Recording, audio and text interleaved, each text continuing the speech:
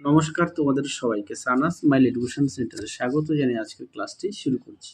আজকে তোমাদের সঙ্গে আলোচনা করব তোমরা যারা পঞ্চম শ্রেণীর প্রথম পর্যায়ক্রমিক মূল্যায়ন পরীক্ষা দেবে 2026 সালে তোমাদের জন্য রায় ও মার্টিন প্রশ্ন বিচিত্র থেকে আজকে সমাধান করব পঞ্চম শ্রেণীর পরিবেশ বিষয়ে মডেল নাম্বার 10 অর্থাৎ 10 নম্বর স্কুলের যে সমস্ত ছোট ও বড় প্রশ্ন আছে তার সমস্ত প্রশ্নের উত্তরের সমাধান করে দেখাবো।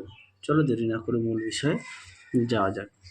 দেখো কি আছে, কোন প্রাণীর গা ভর্তি শক্ত খাড়া লোম থাকে? উত্তরটা লিখবে সজারু, অপশন খ।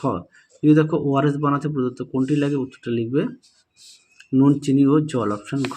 তিনে দেখো অতিবেগুনি রশ্মির জন্য ত্বকে কোন রোগের সৃষ্টি হয়? উত্তরটা লিখবে ক্যান্সার, অপশন ক।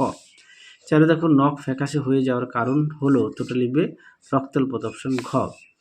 পাঁচে দেখো পশ্চিমবঙ্গের সবচেয়ে বেশি চা চাষ হয়? উত্তরটা লিখবে দার্জিলিংয়ে, অপশন গ। তারপরে দেখো শূন্যস্থান পূরণ। সাহেববাদ জলাভূমিটি পুরুলিয়া জেলায় অবস্থিত।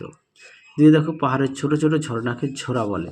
তিনে দেখো মাটি সরে যাওয়াকে বলা হয় মাটি ক্ষয়। চারে দেখো মানবদেহের সবচেয়ে বড় হাড়ের নাম ফিমার। পরবর্তী দেখো সত্য মিথ্যা, একেরটা হবে ভুল, দুয়েরটা হবে ঠিক, তিনেরটা হবে ভুল।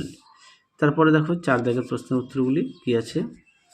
একটি রাসায়নিক পদার্থের নাম লেখো যা জল শোধনে সাহায্য করে। উত্তরটা লিখবে পটাশিয়াম পারম্যাঙ্গানেট।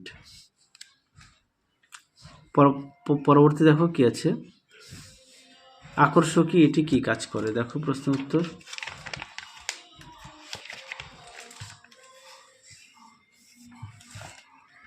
দেখো আকর্ষকী আর আকর্ষক কীভাবে কাজ করে দেখে নাও।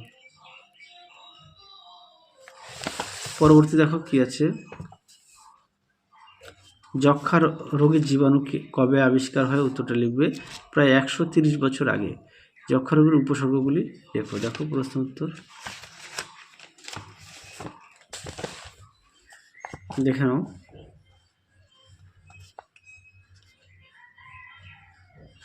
পরবর্তী দেখো কি আছে, 4 বিভিন্ন মাটির জল ধারণ ক্ষমতা ভিন্ন ভিন্ন কেন? দেখো প্রশ্ন উত্তর।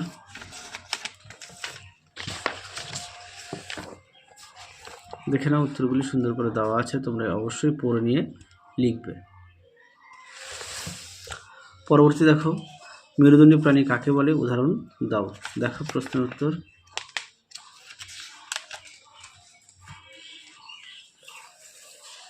দেখো মেরুদণ্ডী প্রাণী কাকে বলে, এখান থেকে এই পর্যন্ত লিখবে, সঙ্গে অবশ্যই উদাহরণ দেবে।